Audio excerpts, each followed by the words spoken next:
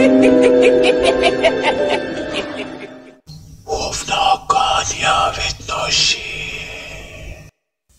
Video and updates के लिए bell icon पर प्रेस करें और ऑल पर सेट करें। शुरू करते हैं अल्लाह के बाबरकत नाम से, जो बड़ा मेहरबान और निहायत रहम वाला है। तमाम तारीफ़ें मेरे अल्लाह रब्बुल इज़्ज़त के लिए हैं।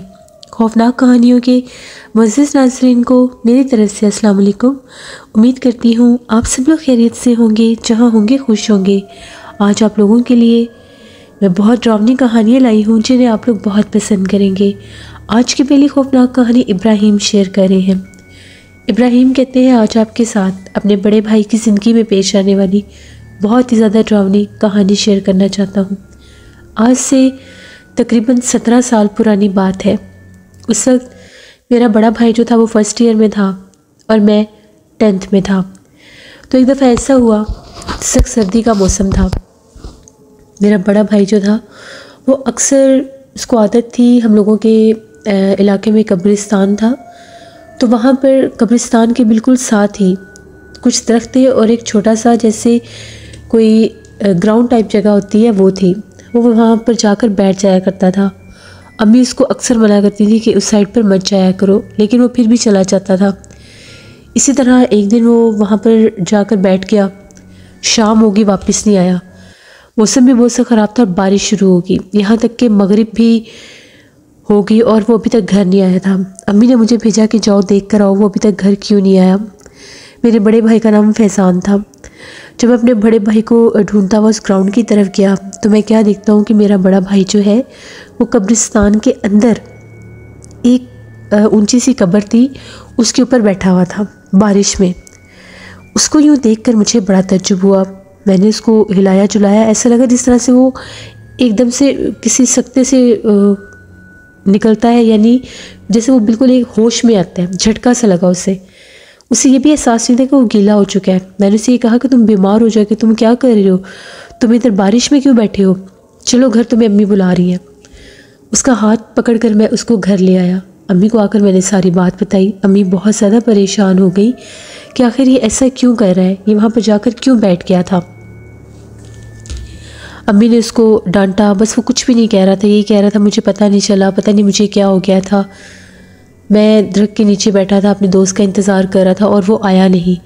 तभी एकदम से मुझे ऐसा लगा कि जिस तरह से मेरे कान के पास आकर कोई बहुत ऊंचे सांस ले रहा है, जैसे कोई मेरे पास बैठा है। तो मैं डर गया। उसके बाद तेज़ बारिश शुरू होगी, मैं उसी दरख्त के नीचे बैठा रहा। फिर एकदम से मुझे फिर उसी दरख्त के नीचे से ऐसे आवाज़ आने लगी जैसे मेरे पास आकर कोई सांस ले रहा है। तो मैं वहाँ से उठकर, एक ऊंची सी कब्र थी, वो भी दरख्त के नीचे थी, उसके ऊपर बैठ गया कि बारिश रुकेगी तो मैं घर आ जाऊँगा।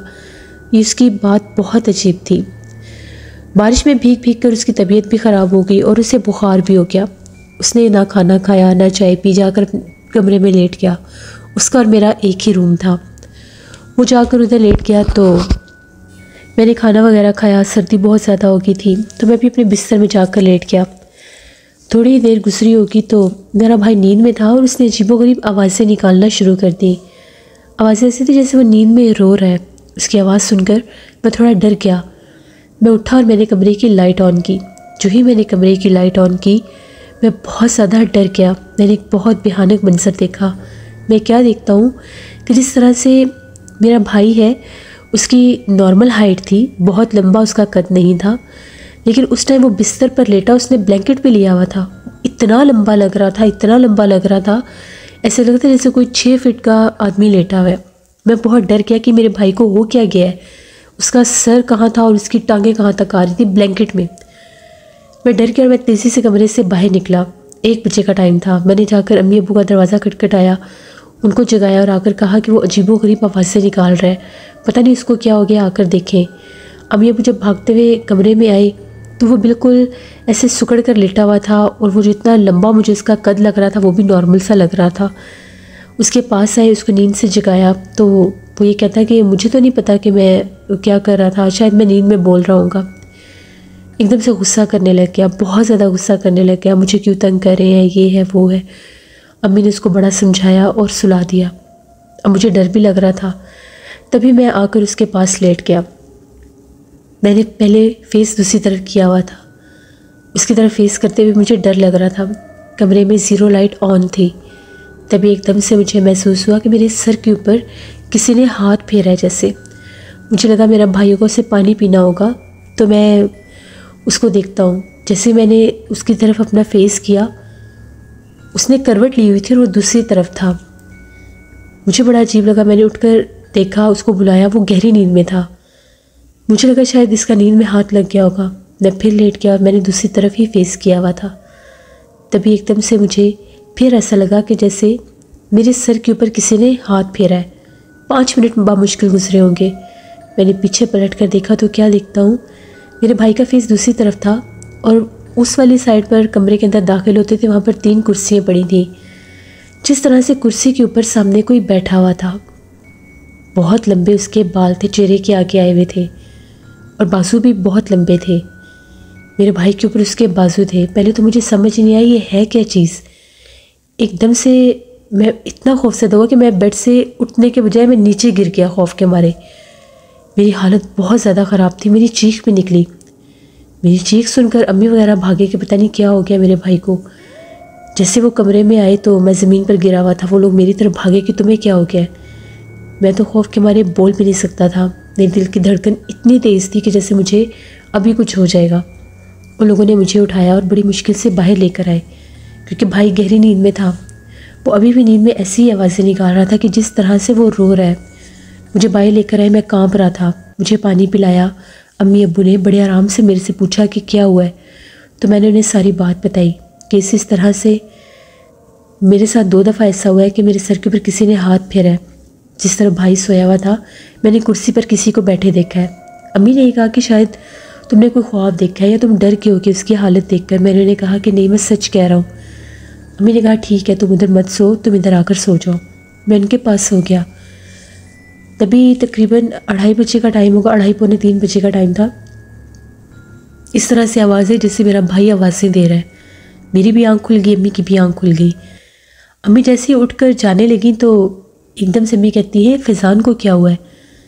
तो क्या देखती है कि जिस तरह से मेरा भाई जो है इतनी सख्त सर्दी में, हम लोगों के कमरे का दरवाज़ा थोड़ा सा खुला हुआ था, जैसे वो दरवाजे में से झांक कर देख कर बाहर शहर में चला गया। अम्मी कहती अभी इधर से झांक कर देख रहा था, लगता है वॉशरूम में गया है। अम्मी जल्दी से उठी और उसके कमरे की तरफ जाने लगी कि मैं देखती हूँ क्या हुआ है। जैसे ही अम्मी बाहर निकली, अम्मी सहन की तरफ गई कि वो वॉशरूम में होगा। देखा तो वॉशरूम की लाइट ऑफ थी, सहन में कोई भी नहीं था। अम्मी उसके कमरे में गई तो वो गहरी नींद में सो रहा था। अम्मी को बड़ा अजीब लगा कि फिर अभी झांक कर यहाँ पर कौन देख रहा था। उन्होंने खुद देखा, बल्कि उन्होंने आवाज़ भी दी थी कि फैज़ान क्या हुआ है तुम्हें और किधर जा रहे हो तुम। अम्मी ने हम सबको ये बताया कि वो फैज़ान अभी झांक कर देख रहा था और अभी जैसे ही मैंने उसे देखा तो वो सहन की तरफ चला गया। मैंने अम्मी से कहा कि मैं वो फैज़ान नहीं है, ये वही मखलूक है जो बार बार मुझे दिखाई दे रही है। अम्मी ने कहा कि ज़्यादा डराओ ना, इंशाल्लाह ऐसा कुछ भी नहीं होगा। लेकिन मुझे तो खुद बहुत ज़्यादा डर लग रहा था कि आखिर ये हो क्या रहा है। अभी थोड़ी ही देर गुजरी होगी, हम लोग सो गए। ठंड बहुत ज़्यादा थी, आंख लग गई। तभी एकदम से हम लोगों का गेट किसी ने बाहर से ज़ोर ज़ोर से खटखटाना शुरू कर दिया। उस वक्त 4 बज रहे थे। हम लोग सारे उठ के बैठ गए, डर गए कि ये क्या हो गया, ये बाहर गेट कौन तोड़ रहा है हमारा। अब्बू ने कहा मैं जाकर देखता हूँ। अब्बू जैसे ही बाहर गए, अम्मी ने कहा कि गेट ना खोलना, पूछो बाहर है कौन। वो मुसलसल दरवाज़ा खटखटा रहा था ज़ोर ज़ोर से। गेट सारी बात है भारी होता है, वज़नी होता है, रात का टाइम। अब्बू बिना कुछ बोले गेट के पास चले गए। हम लोगों के गेट में जगह थी जहाँ से बाहर देखा जा सकता था। जैसे अब्बू ने वहाँ से देखा, अब्बू फ़ौरन दबे पाँव पीछे आए और अस्तगफिरुल्लाह और अल्लाह अकबर करते कमरे में दाखिल होकर उन्होंने कमरे का दरवाज़ा बंद कर लिया। अम्मी ने पूछा कि क्या हुआ है आपको, कौन था बाहर। अब्बू कहते हैं कुछ ना ही पूछो कि बाहर मैं क्या देख कर आया हूँ। अम्मी ने पूछा बताएं तो सही हुआ क्या है। अब्बू ने ये कहा कि जैसे ही मैंने वो गेट होल से बाहर देखने की कोशिश की है तो मैं क्या देखता हूँ, जिस तरह से 5 औरतें हैं। उनके बाल खुले हुए थे लेकिन उनके चेहरे ऐसे थे जिस तरह से बकरे का मुंह होता है। वो बहुत ज़्यादा भयानक है, इतनी बड़ी बड़ी आंखें और आगे से चेहरा बिल्कुल बकरे की तरह है। पता नहीं हमारे घर में क्या मखलूक आ गई है। तभी अभी अब्बू ये बात कर ही रहे थे, हम लोगों के छत के ऊपर से बकरे के बोलने की आवाज़ आई। हम लोगों के घर में कोई बकरी, कोई बकरा, कोई हम लोगों ने पेट नहीं रखा हुआ था। हम लोग सब डर के आयत कुर्सी पढ़ना शुरू कर दी, दुरूद पाक पढ़ना शुरू कर दिया, अल्लाह से मदद मांगने लगे, या अल्लाह खैर हो। इतने में मेरे भाई के रोने की आवाज़ें आने लग गई। अम्मी अब्बू फ़ौरन भागे। वो ये भी उन लोगों ने परवाह नहीं की कि बाहर कोई मखलूक हो सकती है। जब उसके कमरे में गए, वो इस तरह से, अम्मी बताती हैं कि वो उसने अपना जिस्म इस तरह से इकट्ठा किया हुआ था कि देखकर खौफ आ रहा था। इतना माशाल्लाह बड़ा मेरा भाई, अच्छी उसकी हाइट थी, नॉर्मल हाइट थी, हाइटेड बहुत नहीं था लेकिन नॉर्मल हाइट थी। उस वक्त वो ऐसे लग रहा था जैसे उसकी 2 फीट हाइट है। उसने अपनी टांगे, अपने बाजू इशू कवर किए हुए थे अपने साथ। अब घर वाले उसको खोलने की कोशिश कर रहे थे कि ये तुम कैसे लेटे हुए हो, तुम्हें जिससे में तकलीफ़ होगी, लेकिन वो इस तरह से इकट्ठा हुआ था जैसे वो जकड़ा हुआ, उसको किसी ने पकड़ लिया जैसे। अब्बू ने बुलंद आवाज़ में आयतुल कुर्सी पढ़ना शुरू कर दी। अम्मी ने दुरूद पाक पढ़ना शुरू कर दिया। अब्बू ने अम्मी से कहा कि जल्दी से वज़ू करके सूरत यासीन लेकर आओ। अम्मी जल्दी से गई, वज़ू किया, सूरत यासीन पढ़ने लग गई। सूरत यासीन पढ़ते पढ़ते 5:30 हो गए, फ़जर की अज़ान शुरू होगी। जैसे मस्जिद में फ़जर की अज़ान हुई, एकदम से मेरे भाई का जिस्म जैसे खुलने लग गया, जैसे किसी चीज़ ने छोड़ दिया। पहले ऐसे वो हो गया था जैसे पत्थर का है। अम्मी अब्बू ने शोर मचा दिया कि इसको कुछ हो गया है, और बस वो रोता ही जा रहा था, किसी की सुन ही नहीं रहा था। तो जैसे उसने अपना जिस्म रिलैक्स हुआ, उसने छोड़ा, तो उसके रोने में वो हिचकियाँ भी कुछ कम हुई। उसको पानी पिलाया, वो उठकर बैठ गया। अम्मी ने कहा कि बताओ तुम्हें क्या हुआ था। बहुत डरा हुआ था, वो ये कह रहा था कि मुझे बचा ले, मुझे कोई चीज़ बहुत ज़्यादा डरा रही है, वो बहुत खौफनाक है, वो एक नहीं वो ढेर सारी है। मैंने उनको अपने कमरे में आते देखा है, उनकी बकरे जैसी शक्लें हैं, और वो उन्होंने आकर मुझे हाथों और पैरों की तरफ से यूँ पकड़ लिया जैसे वो मेरे जिस्म को तोड़ने लगी है, जैसे मेरी हड्डियाँ टूट रही हैं। मुझे बहुत डर लग रहा है। अम्मी बहुत परेशान हो गई। अम्मी ने मेरे भाई से कहा तुम्हें मना भी किया था कब्रिस्तान में मत जाया करो, वहाँ पर पता नहीं कैसी कैसी मखलूक़ात होती हैं। बारिश के मौसम में तुम अकेले वहाँ पर जाकर बैठ गए।